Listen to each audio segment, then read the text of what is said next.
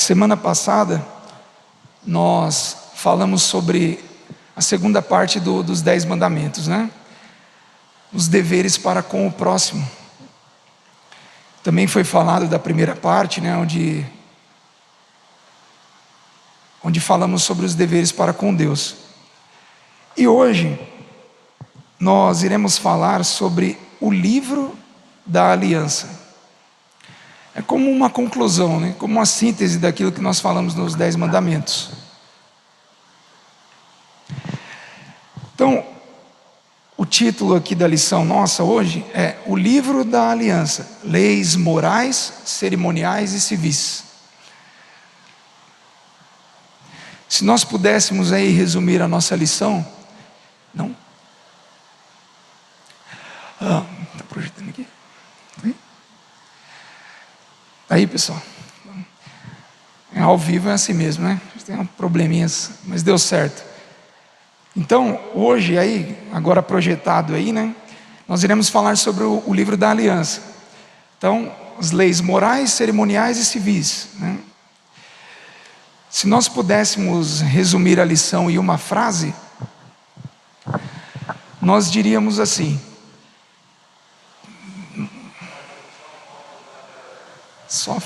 calma aí.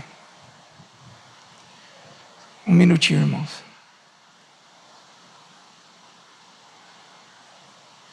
Foi? Aê, agora foi. Amém. Então vamos lá. Repetindo, né? Mais uma vez, para você também que está em casa.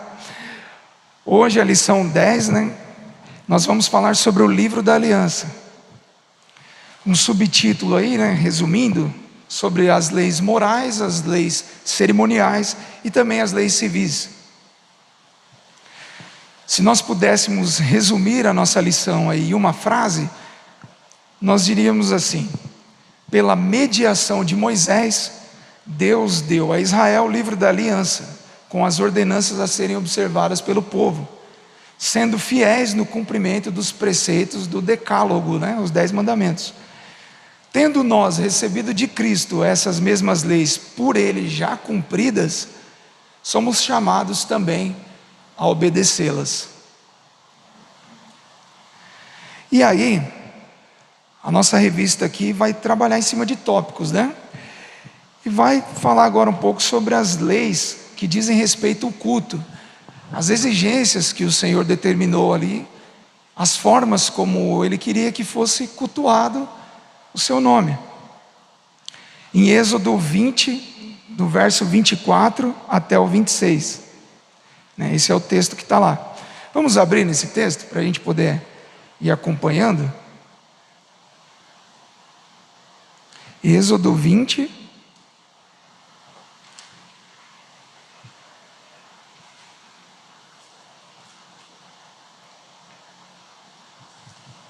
De 24 a 26.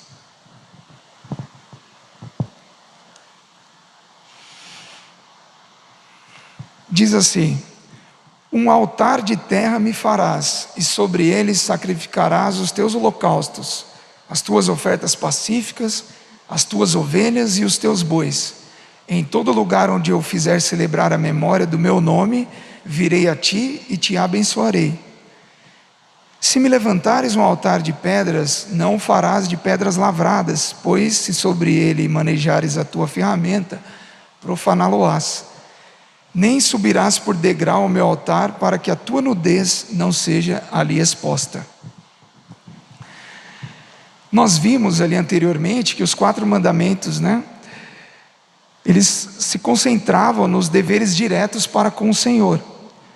De outra maneira, podemos dizer que eles tratam do culto que devemos prestar a Deus. Esse trecho aqui, ele é base para todas as leis cerimoniais que seriam dadas posteriormente em Levítico. O que nós podemos perceber aí no trecho citado? A gente pode perceber quatro princípios básicos que distinguiam o culto israelita dos cultos pagãos e que são aplicáveis ao nosso culto hoje. Que princípios são esses? Vamos lá.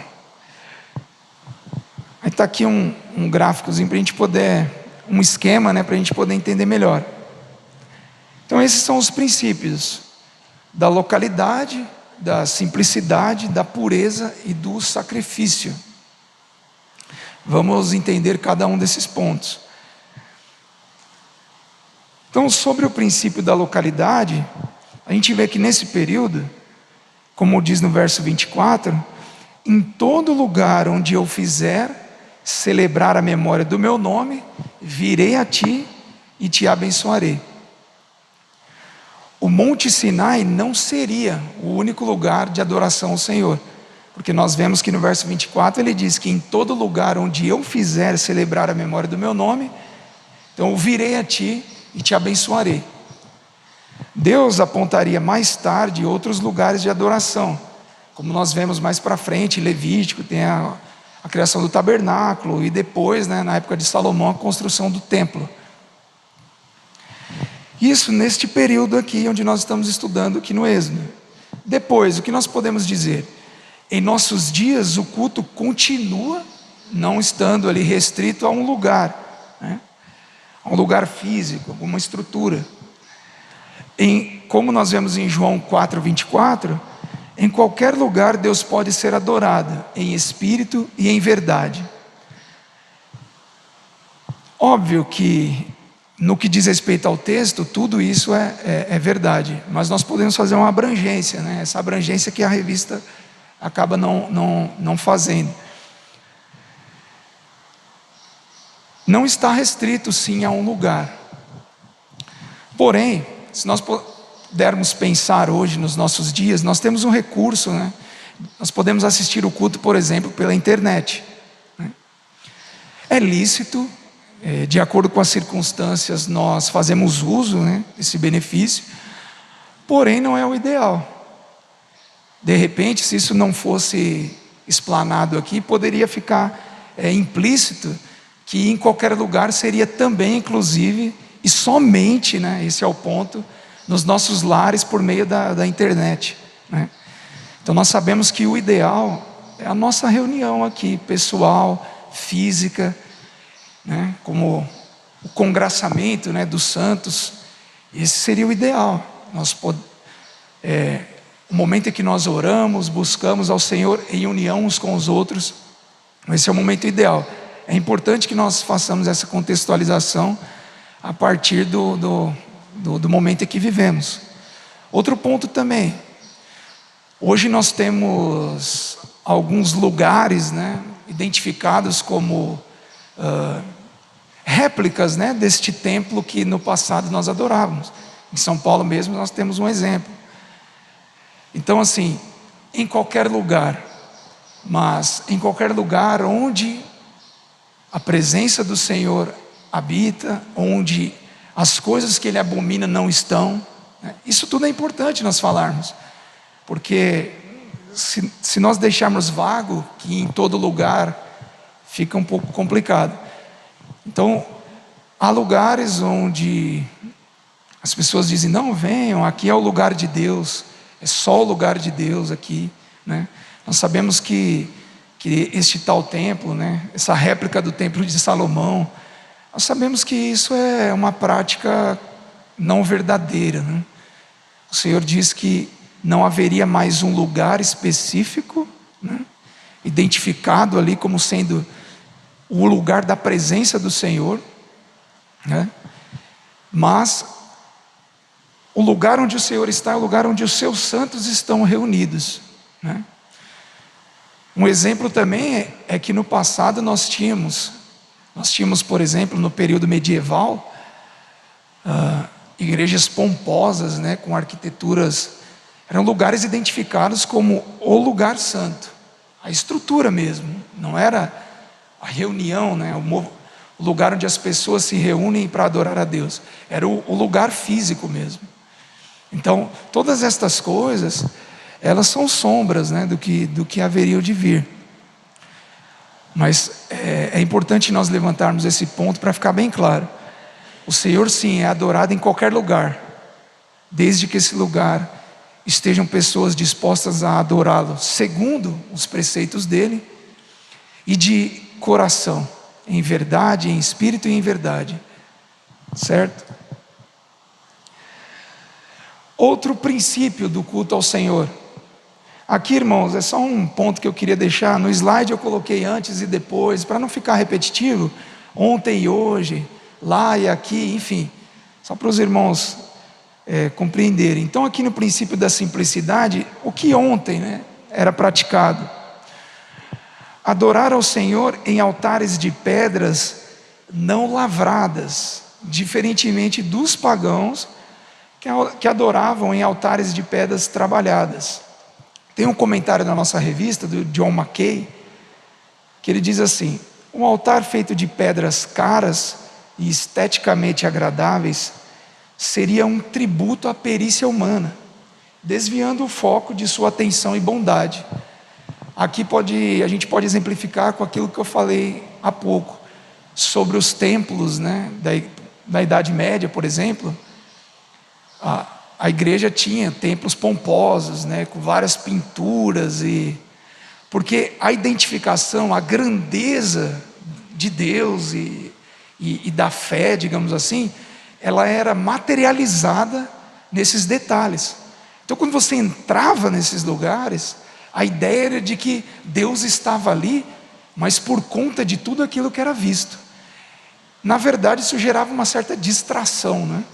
É o que o autor aqui, o John Mackay, está querendo dizer. E o princípio ali, que o Senhor fala de pedras não lavradas, um altar de barro, né, que ele comenta no verso ali 24, era essa ideia, né, de algo mais simples, algo mais sucinto, que o foco ali seria mesmo a adoração ao Senhor. E diante desse comentário do Mackay, o que nós podemos concluir é que, num lugar como esse, nós poderíamos exercer ali, né, fidelidade e também exclusividade, né, porque não haveria nenhuma distração. Agora, hoje, o nosso culto também deve ser caracterizado pela simplicidade. Algumas coisas que compõem o nosso culto, né, o canto de hinos e salmos, orações e súplicas, leitura e pregação das Escrituras e celebração dos sacramentos. Em tudo, Deus deve ser o centro, não o prédio, né, a estrutura ou o próprio pregador. Contextualizando um pouco, nós sabemos que hoje nós temos várias distrações no culto, né? Os testemunhos, eles são muito bem-vindos, há momentos propícios para isso. É importante, sim, nós termos pessoas que falam da sua experiência com o Senhor, porque isso pode, sim, motivar pessoas. Mas no período do culto, dependendo da forma como isso é feito, pode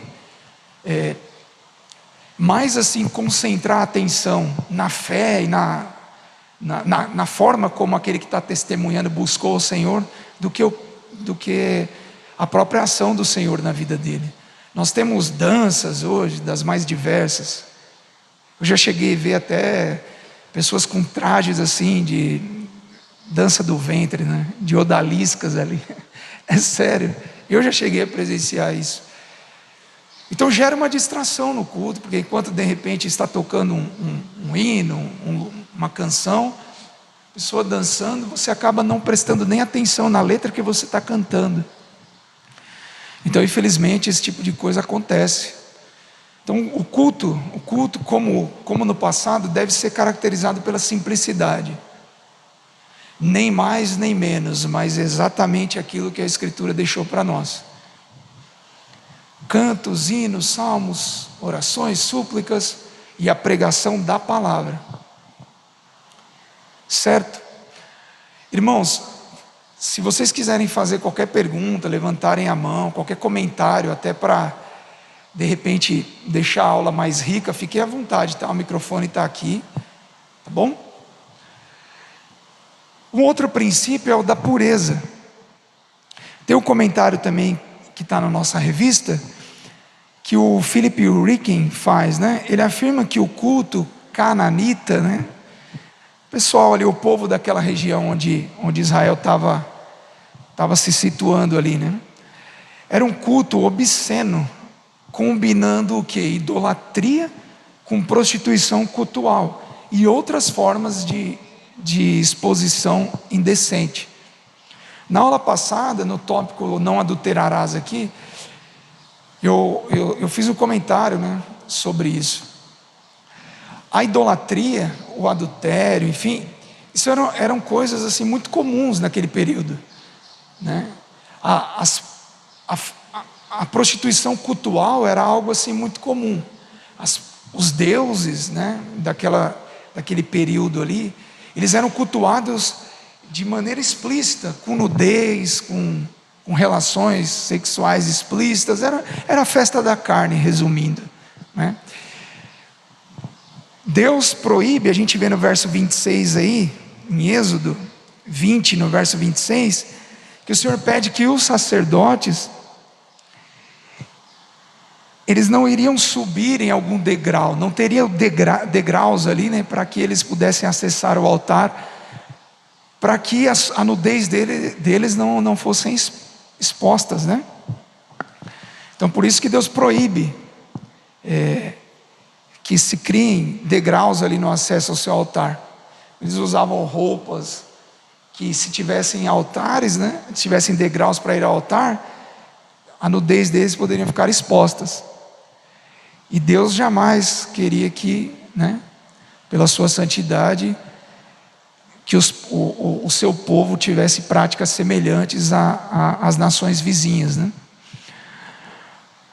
Aqui fala no outro tópico, né, que ele instruiu os sacerdotes a usarem roupas de baixo, de puro linho, a fim de preservar a modéstia. Isso está lá em Êxodo 28, 42, a referência bíblica. E para hoje, né? Se no passado nós tínhamos essa orientação, para hoje continuamos da mesma forma, Deus exigindo pureza no seu culto, principalmente, mas não somente, mas principalmente daqueles que lideram o seu povo na adoração comunitária, né? O último princípio aí que a revista nos expõe é o do sacrifício, né? Lá, o altar era o lugar onde os sacrifícios eles eram realizados. O culto em Israel girava em torno de vários sacrifícios e holocaustos oferecidos a Deus como expiação pelo pecado. Expiação aqui é a morte substitutiva, né? Então, todos os sacrifícios que ocorriam lá eram figuras, né? Substituição. Os animais pagavam o preço, né, dos pecados do povo. Os israelitas não podiam se aproximar do Senhor sem o derramamento de sangue. Lembram lá no livro de Hebreus, onde nós temos uma síntese maravilhosa das figuras do Antigo Testamento, principalmente da figura de Cristo, né? das variadas figuras que apontavam para Cristo. Esse livro é muito rico, o livro de Hebreus, e lá diz que sem derramamento de sangue, no capítulo 9, verso 22, não pode haver remissão de pecados. Qual que é o salário do pecado? A morte, não é? Então, o pecado, o único preço para o pagamento do pecado era a vida, era o derramamento do sangue. Então, o sacrifício lá tinha essa lógica aqui. E aqui, hoje, né? Hoje o entendimento, como eu falei, que nós devemos ter é que todos aqueles sacrifícios eles apontavam para Cristo, somente para Cristo, que é o único, né, o único sacrifício perfeito. Isso também no capítulo 9 é muito bem elucidado. Todos aqueles sacrifícios eles eram repetitivos e anuais e incapazes, né, de fazerem expiação pelo pecado. Porém, o sacrifício de Cristo, hoje nós entendemos isso. Ele foi eficaz, completo, perfeito, não necessitando mais de nada que se assemelhe, né, ao que era praticado no passado. Porém, isso é importante nós frisarmos, ainda hoje para que nos aproximemos do Senhor, é necessário que isso seja feito por meio do sacrifício de Jesus. O que isso quer dizer? Todas as vezes em que pecamos, se eu pudesse ser um pouco mais assim, poético, eu diria assim: todas as vezes em que pecamos, uma gota do sangue de Cristo é derramada, poderíamos dizer assim. Não há essa ideia de que pecando, tudo foi pago. Sim, tudo foi pago, mas quando pecamos, o Senhor está lá, o sacrifício do Senhor está lá, a sua morte precisa estar evidente, que não foi de graça. Às vezes é um pouco perigoso nós simplesmente, não, hoje o Senhor me salvou, realmente, a graça do Senhor somente, verdade, mas a tristeza que a Bíblia fala que o pecado nos causa é sabermos que aquela ação, aquela atitude pecaminosa custou o sangue do Senhor. Isso precisa estar sempre vivo na nossa cabeça, para que não achemos que as coisas elas acontecem e não existe um preço por isso. Então esses são os pontos sobre o culto do Senhor, os princípios que devem ser considerados: a localidade, em todo lugar, em todo tempo, em que o nome do Senhor é exaltado segundo a vontade dEle. A simplicidade deve ser mantida no seu culto, sem adornos, sem nada que possa causar distrações, mantendo a pureza de coração e entendendo que o sacrifício do Senhor foi perfeito e que Ele é eficaz também, cumpriu o seu propósito nos dias de hoje. Isso tudo deve permear o nosso culto ao Senhor.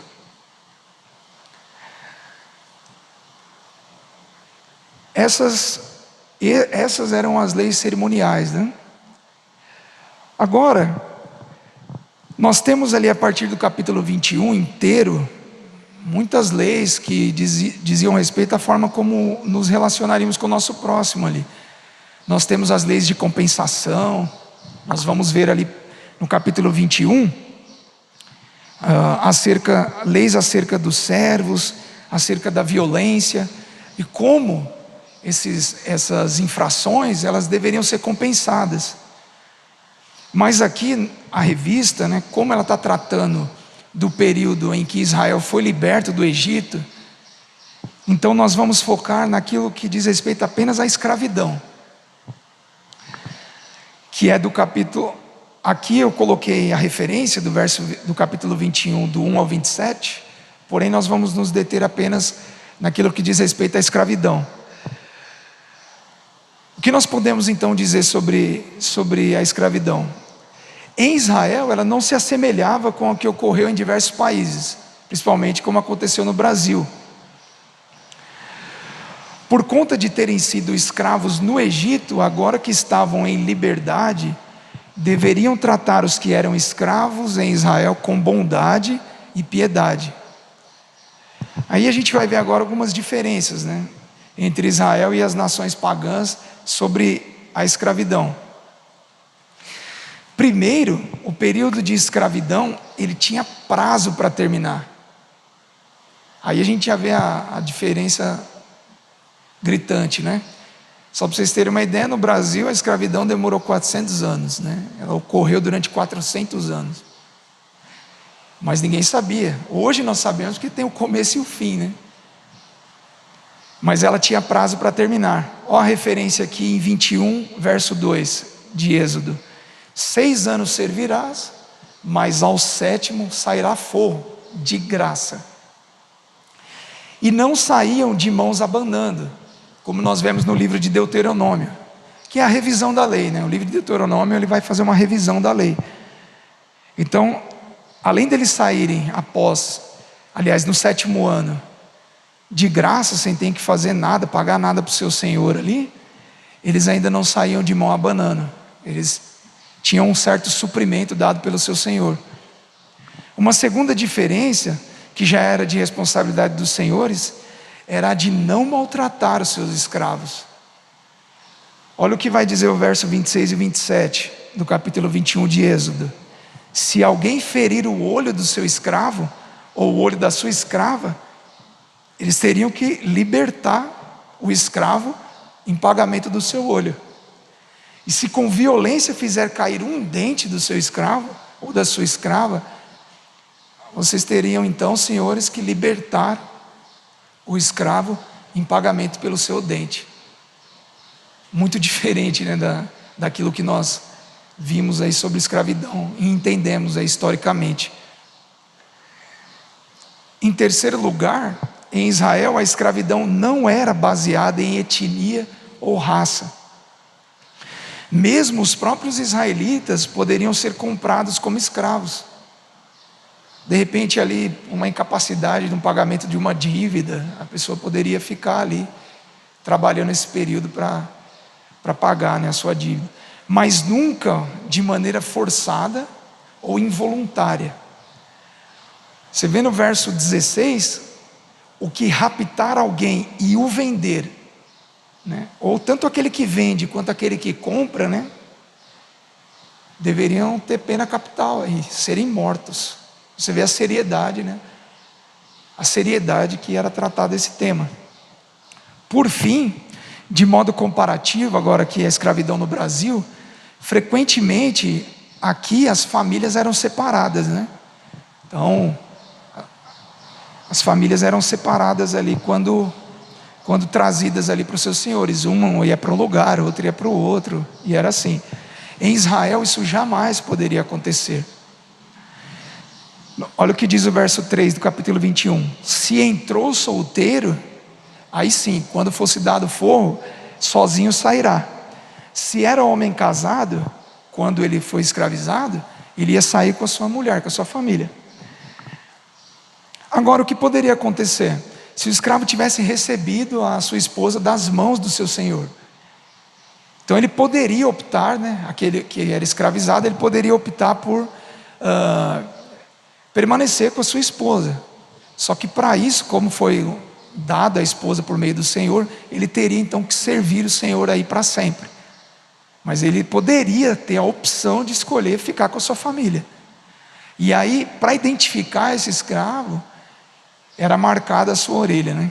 Tinha uma marcação na sua orelha ali. Agora a gente vendo aqui, lá em cima, em terceiro lugar, um ponto importante da gente falar aqui, a escravidão ela não era baseada em etnia ou raça, mas nós vimos que ela se assemelhava mais ali parecia mais um contrato de trabalho, né? Se assemelhava muito mais assim a escravidão em Israel como um trabalho.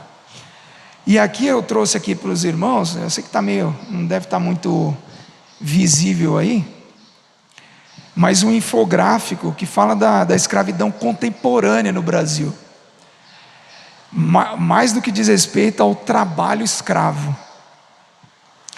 Então o que nós temos aí?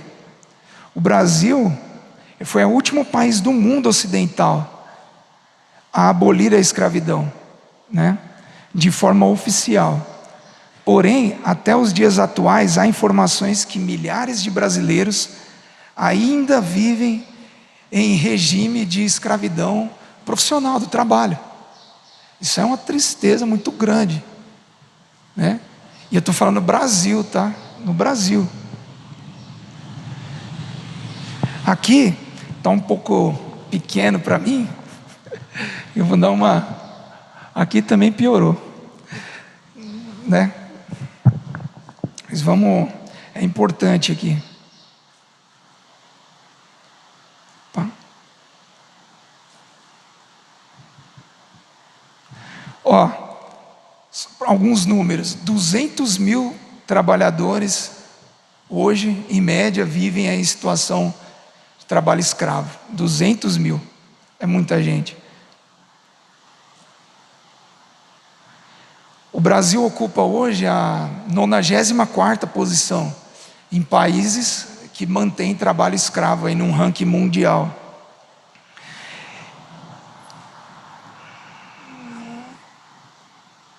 Aqui está. Dá um.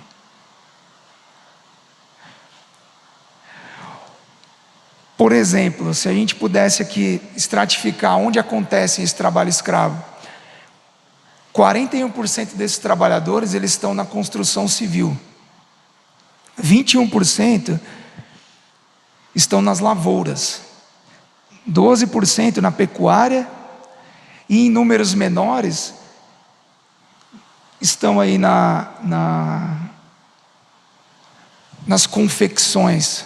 Alguém já deve ter visto matéria aqui, né? Lá em São Paulo, principalmente o povo aí boliviano, né? Que tem a prática ali, né, da costura, são pessoas bem prendadas nesse tipo de atividade.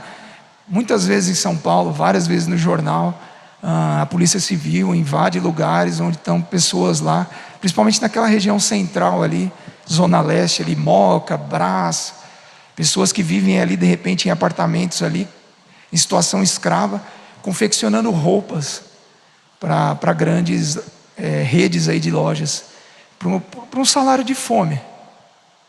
Isso é muito triste.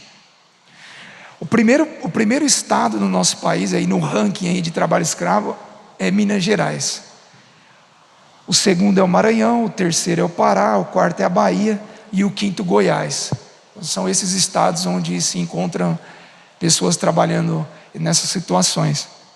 Então assim, irmãos, é triste, né? É triste a gente ver que ainda existe essa situação no nosso país. E que em nada se assemelha ao tratamento, né, que era dado lá em Israel, né? As pessoas sabiam que não era a vida inteira que ia ficar escrava, tinha um período definido, eram bem tratadas, suas famílias ficavam com você, né, de repente, que seria o escravo, nada se assemelhando com o que nós vivemos hoje, né? Para aqueles que gostam de dizer que no passado as coisas eram piores, né? Aqui em Israel não era pior, né, do que hoje nós podemos ver a nossa realidade. Certo, irmãos? Então, e por fim aqui, nós vamos concluir com as leis sobre santidade, que está no capítulo 22 de Êxodo, do verso 16 ao verso 20. Vocês estão com a Bíblia de vocês aberta? Nós podemos ler lá esse trecho do capítulo 22, verso 16 ao verso 20. Diz assim: se alguém seduzir qualquer virgem que não estava desposada e se deitar com ela, pagará seu dote e a tomará por mulher. Se o pai dela definitivamente recusar dar-lhe, pagará ele em dinheiro conforme o dote das virgens. A feiticeira não deixarás viver. Quem tiver coito com o animal será morto, e quem sacrificar aos deuses e não somente ao Senhor será destruído. O que nós vemos aqui, né, neste trecho? O povo de Israel deveria cultivar a santidade em todas as áreas da sua vida. O intento do Senhor para os israelitas era que seu povo fosse santo, como Ele também é santo. Essa santidade se estenderia também ao sexo pré-marital, como uma aplicação do 7º mandamento. Ou seja, quando nós vemos aqui no verso 16, essa santidade, ela deveria ocorrer sim, pré-casamento. Eu não deveria me deitar com ninguém, né, antes de me casar, apenas no casamento. Porém, se isso ocorresse, então a pessoa deveria, né, casar-se. Mas se essa pessoa não quisesse casar, ou na verdade não tinha a ver com a pessoa não querer se casar, era se o pai não quisesse. Se o pai visse que a filha ia estar em maus lençóis com aquele sujeito, então ele cobraria o dote. Então, ele pagaria o dote para o pai. O que nós vemos aqui é santidade, né? Santidade. Mantenham-se santos. E se houver algum desvio nesse caminho, a compensação é essa. Essa lei foi dada para ajudar o povo a se conduzirem em santidade e adotar padrões piedosos, tanto aonde? Na corte, que é o momento em que você está ali, né? Talvez o que nós chamaríamos hoje de namoro, né? No casamento também, por que não dizer? Durante o casamento. e durante, né, a prática do sexo que envolve o casamento. E exatamente nessa ordem. Agora, pensando em tudo isso que eu falei até agora, o que nós podemos trazer para os nossos dias sobre santidade? É um tema bem complexo, né? Um tema bem difícil, porque essa palavra, assim, na igreja, nós compreendemos ainda um pouco o sentido dela. Embora muitas vezes nós tenhamos visto exemplos que fazem com que o nome de Deus aí fora seja difamado, né? No que diz respeito à santidade. Infelizmente, muitos de nossos irmãos, eu digo evangélicos, né? Não membros desta igreja, simplesmente têm compreendido mal esse tema e têm se aventurado, né, de forma indecente por aí. De modo que o casamento, o namoro, tudo isso tem sido levado de uma maneira assim, triste, né, no nosso meio. E aí, obviamente, se nós somos sal e luz da terra, a consequência é que nós não vamos ver nenhuma mudança prática aí fora, né? Interessante, apenas como informação e como também uma provocação para nós pensarmos, o número de evangélicos no Brasil tem aumentado. Evangélicos, poderíamos dizer nominais? Sim. Por quê? Por que poderíamos dizer nominais? Porque inversamente a esse dado, o número de divórcios entre evangélicos aumentou muito. O número de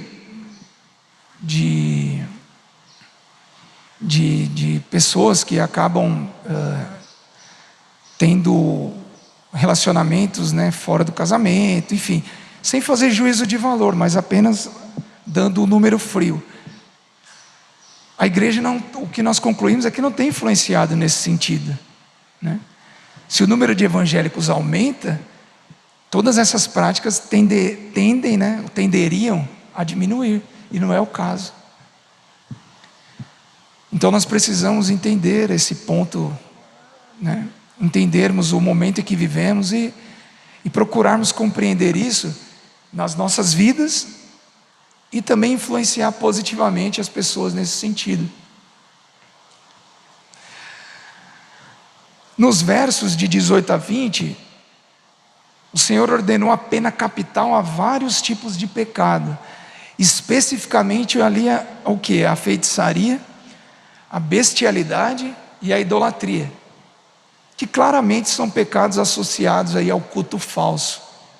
Aqui a gente vai destrinchar melhor eles, né? A feitiçaria, o que isso tem a ver? A feitiçaria era a tentativa de ganhar poder espiritual por meio de influência demoníaca, consultando os mortos e praticando ocultismo. Então, hoje nos nossos dias a gente poderia dizer o que? Quem nunca viu no poste aí, né? Mãe fulana, traga o seu amor em 3 dias. É uma prática, né, de ocultismo. Cartas, búzios, signos. Quem adora ver o signo aí? Né? Então tudo isso está englobado ali, né, nesse princípio. Então isso era condenado. A bestialidade, que aqui é o que mais, né, nos salta os olhos, né? O que era? Era um intercurso sexual com animais, resultando em abominação diante de Deus. Por que abominação? Era uma flagrante distorção da estrutura estabelecida por Deus na criação. Era o homem se rebaixando ao nível animal, afrontando diretamente a imagem do Senhor, segundo a qual o homem mesmo foi criado. No entanto, a lei ela diz respeito mais ao falso culto do que ao sexo, pois pagãos retratavam os seus deuses tendo relações sexuais. Aqui a gente tem um exemplo dos Baalins, né? Baal, por exemplo, era retratado tendo relação lá sexual com uma vaca. Então isso era comum ali entre os deuses ali onde Israel estava se estabelecendo. Agora é importante frisar aqui A lei diz respeito sim ao falso culto, mais do que ao sexo, mas não diminuindo também. A ideia aqui é que é a seguinte: o sexo ali com animais era uma expressão do falso culto. É por isso que o autor da revista ele vai trazer que diz respeito ao falso culto, mas não diminuindo a tristeza, né? Porque aquela prática ali era um rebaixamento do homem ao nível animal e uma afronta, né, ao Senhor. É até estranho a gente falar sobre esse tipo de situação, parece algo tão distante, né, de nós, mas eu não sei se alguém teve oportunidade já de conversar com amigos, principalmente é até perigoso falar isso, porque pode gerar até um certo preconceito, mas em regiões mais ao norte e nordeste do Brasil, a gente já escutou várias histórias, né, de pessoas que na infância tinham de repente aí essa prática. Isso não é uma coisa distante da gente, não. É triste, mas ela existe. A gente precisa falar sobre isso, porque acontece. E com o aumento hoje da deep web, aí, da pornografia em si, a necessidade humana, né, a distorção humana, principalmente desse ponto que é o sexo, ela é gritante. Então acontece muito essa prática, é uma tristeza. Você quer ver um exemplo aqui bíblico?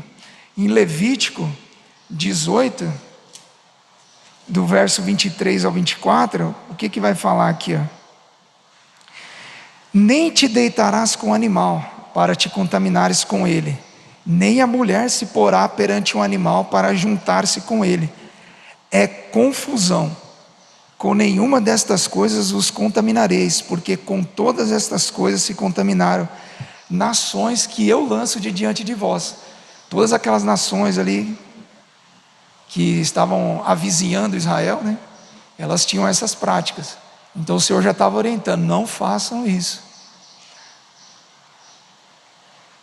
E a idolatria, que é comentado ali no verso 20, ela consistia em sacrifícios oferecidos a falsos deuses, significando um ato evidente de rebelião contra o Senhor.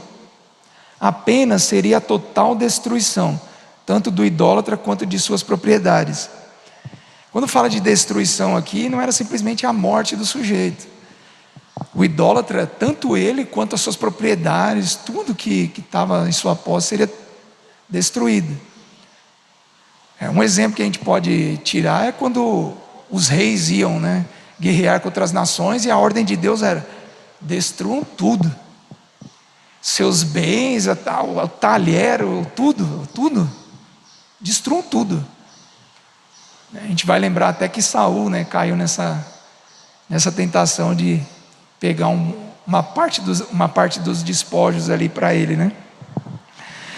Então o idólatra ele deveria ser totalmente destruído, de tão grave, né, que era o pecado da idolatria.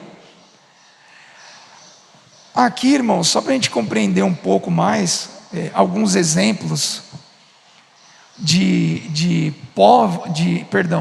deuses, né, de ídolos que Israel correu o risco de adorar e que também adoraram por um bom tempo.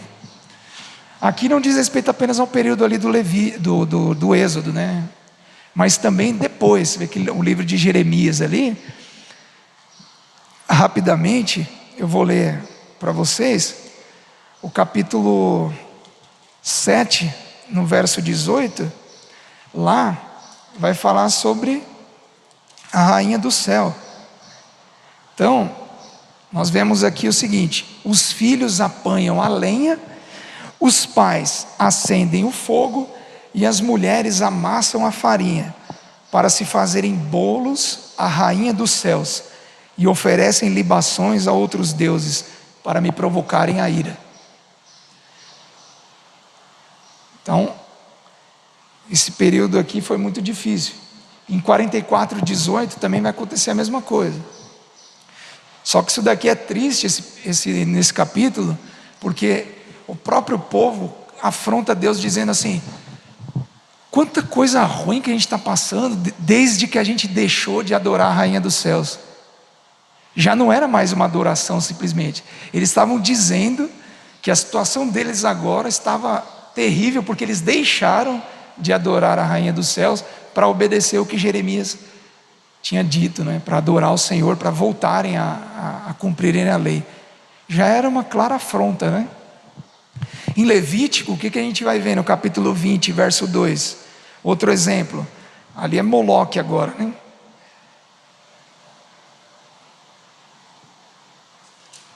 Olha lá. Também dirás aos filhos de Israel: qualquer dos filhos de Israel, dos estrangeiros que peregrinam em Israel, que der de seus filhos a Moloque, será morto. O povo da terra o apedrejará. Vocês vão lembrar que Moloque era um deus, eu não me lembro a nação, eram os amalequitas, eu não lembro exatamente que estava ali, onde era oferecido as crianças em sacrifício para serem queimadas vivas, em oferenda a Moloque. E os israelitas se deixaram levar durante um bom tempo, entregando seus próprios filhos para serem queimados. Em Juízes 2, 11, 13 aqui, o povo também, olha lá, adorava Baal, porque Baal foi durante muito tempo adorado, né, por Israel, durante muito tempo, até Elias, né, enfim, confrontá-los lá, né. Baal foi durante muito tempo. O rei Acabe, né, se deixou influenciar pela sua esposa, enfim. E esse outro deus aqui também, o Astarote. E para não ficar apenas no Velho Testamento, a gente lê em Apocalipse 2:20, na carta à igreja de Tiatira, que eles são confrontados ali, porque eles estavam se deixando influenciar pela profetisa Jezabel, né? E estavam fazendo o quê? Cultuando, por meio de práticas ali, né, de relações sexuais ilícitas, a Deus ali, enfim, os deuses que essa profetisa aqui seguia, porque lá não deixa claro qual que era exatamente. E aqui um pequeno comentário sobre tudo isso que a gente falou, né? Lamentavelmente os pecados citados são vistos aí no nosso tempo como normais, por nossa sociedade, chegando muitas vezes, não só serem vistos como normais, mas como serem encorajados ainda, pela nossa cultura aí popular, né? E aqui no caso, né, no que diz respeito à bestialidade, lá, a idolatria, a pornografia também é um meio onde nós podemos dar vazão a esses pecados.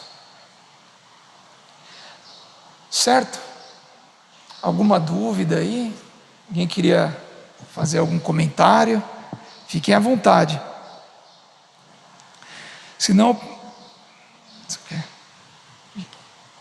Falasse, Fernando. Tem que só ligar ele aí, seu Fernando.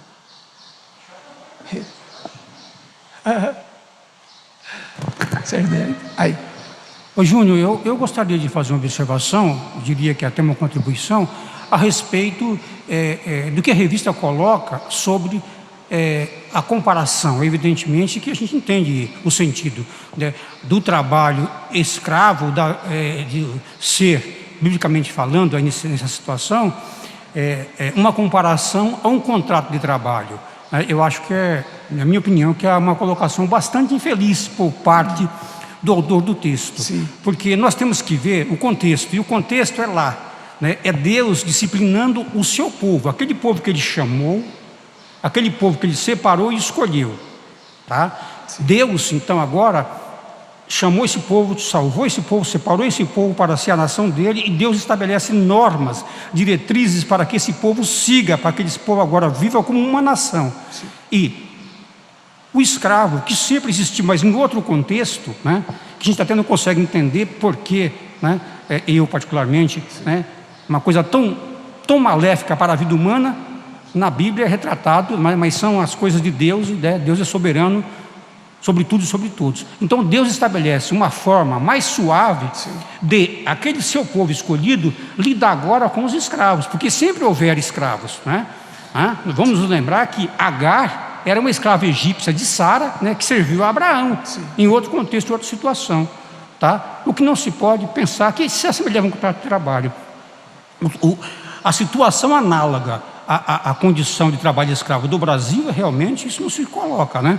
Tá certo? E não se pode também estabelecer nenhum paralelo daquela forma bíblica que Deus estabeleceu, com isso que foi, né, a vergonha humana da escravidão nas Américas, entendeu? Tá certo? Quem quiser, e eu falo isso com conhecimento de causa, posso até emprestar, quem quiser saber o que foi escravidão nas Américas, leia, né, A Escravidão no Brasil, do autor Laurentino Gomes. Tá? É um livro do ano passado, editado no ano 2020. Tá? A Escravidão no Brasil. 400 e poucas páginas, vai saber o que é escravidão. Nada se compara, né, porque a escravidão no Brasil, a escravidão foi em razão do poder econômico, né, a um povo único, não era visto como gente, como povo, né, por causa da cor da pele, por causa que o cabelo era grudado no rosto, porque não tinha orelha. Então, o negro não era gente, o negro não era igual ao branco, o negro era diferenciado. Por isso que o negro foi escravizado. O negro foi escravizado pela sua cor e pelas suas características físicas. Isso está comprovadamente demonstrado. Inclusive, se você vê o que a igreja, né, escreveu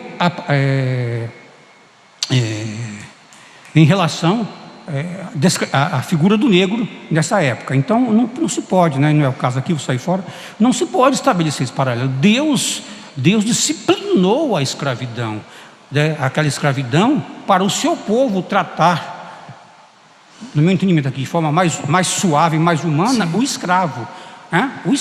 Mas naquele contexto, porque nos demais contextos, a escravidão continuava do mesmo jeito também. Sim. Né? Inclusive, vocês vão nos lembrar que anteriormente, que dos escravos de guerra, né? Tá certo? Quando a gente fala, está lá na França, todo mundo vê o Arco do Triunfo, né? E o que é o Arco do Triunfo? Onde os generais com seus exércitos passavam com todos os despojos de guerra e com aqueles que não morreram, aqueles que eles escolheram para ser escravos, e aquele era apresentado ao público, o caso de Israel, né? Neemias, quando voltou e vou encerrar, quando voltou para poder levantar Israel, quem ficou em Israel? Aqueles que, né, o Império Babilônico, né, achou que não servia para mais nada, pessoas que não tinham interesse para a Babilônia, que ficou ali, né, e que depois, né, houve então os remanescentes, né, que retorna do exílio e vem, né, mas já outra geração. Então a escravidão, eu encerro, a escravidão acho que não pode ser comparada desta forma, entendeu? E nem como um contrato de trabalho, né? Eu acho que a gente tem que, porque parece, era isso que eu queria falar e eu falei muito, parece quando o autor diz isso, que a escravidão bíblica nesse contexto era uma coisa boa. Era uma coisa boa?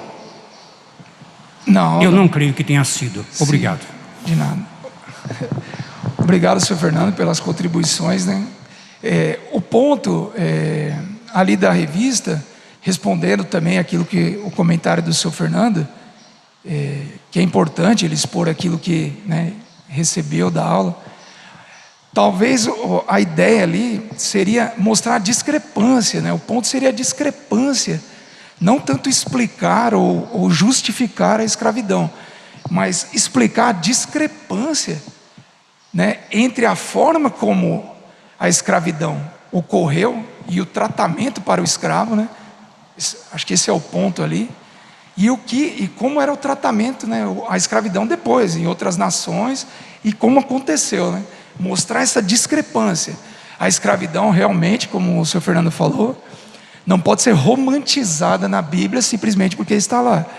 O ponto é, se nós comparativamente analisarmos uma escravidão no Brasil e a forma como os escravos eram tratados, né, e a forma como os escravos lá eram tratados, nesse contexto, existe uma diferença no tratamento, né, nesse sentido. Então acredito que esse era o ponto, né, é mostrar que há uma discrepância no tratamento. Mas sobre a escravidão, ela é condenável em qualquer ambiente, em qualquer sentido, e jamais vai ser algo aceito, né, e digno de qualquer romantização. Então, o objetivo daquele gráfico, daquela ideia sobre o trabalho escravo e tudo mais, era mostrar que, olha a distância quando se há uma legislação que leva em consideração o contexto ali. Obviamente a escravidão não foi abolida, né? Tristemente, porém o tratamento que a Bíblia dá para aquele pessoal ali é muito diferente do que nós vemos hoje. Poderíamos dizer assim: olha o que o ser humano caído pode fazer, e olha o que o Senhor, na sua graça, ainda que as estruturas ali sejam mantidas, porque Deus não é o autor da escravidão, né? Foram os próprios seres humanos que fizeram isso. Porém, ainda assim, há meios ali de suavizar, de dignificar, né, aquelas pessoas por meio de leis que tornam aquilo menos pesado. Então a ideia da revista nesse ponto, traçar essa discrepância no tratamento. Certo? Alguém tem mais alguma dúvida? Tranquilo? Um comentário? Fique à vontade. Agora tem que subir aqui, viu, seu Fernando?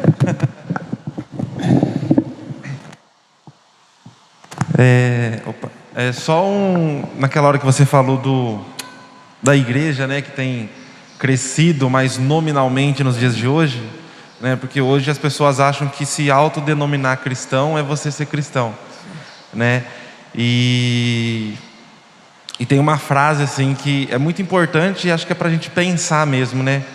Dizem que nos últimos anos, né, os cristãos estão crescendo, né, uma largura, né, vasta como um oceano, mas uma profundidade de uma piscina, né? Está crescendo muito, mas não tem conteúdo, né? Não quer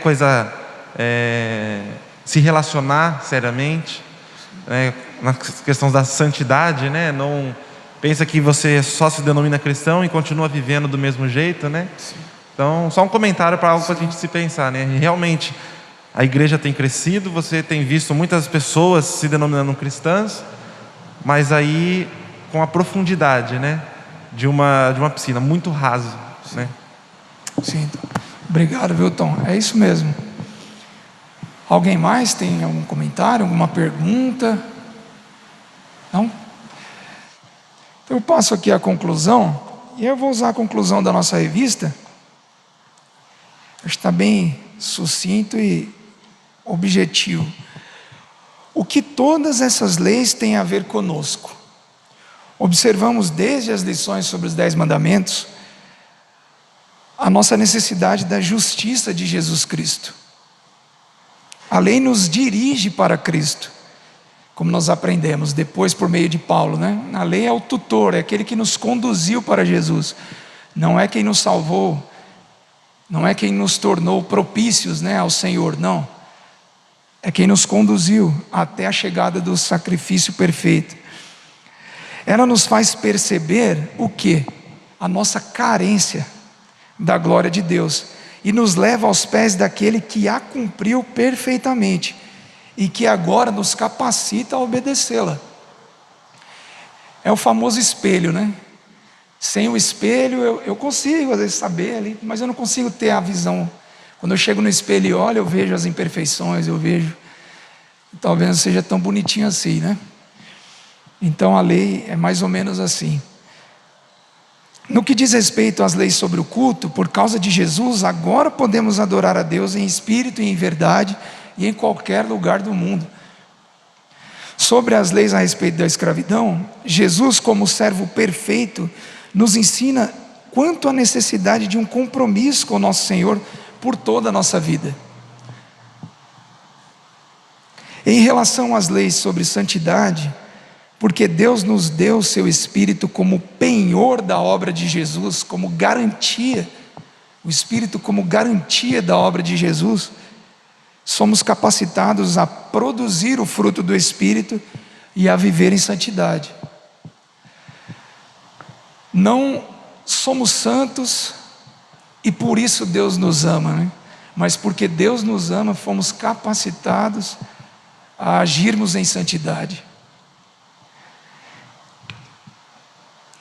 Que nós, né, possamos perceber quão grande é a nossa necessidade de Jesus. Sem Ele, a sua justiça, a sua capacitação, não somos capazes de oferecer nada que seja agradável ao nosso Deus.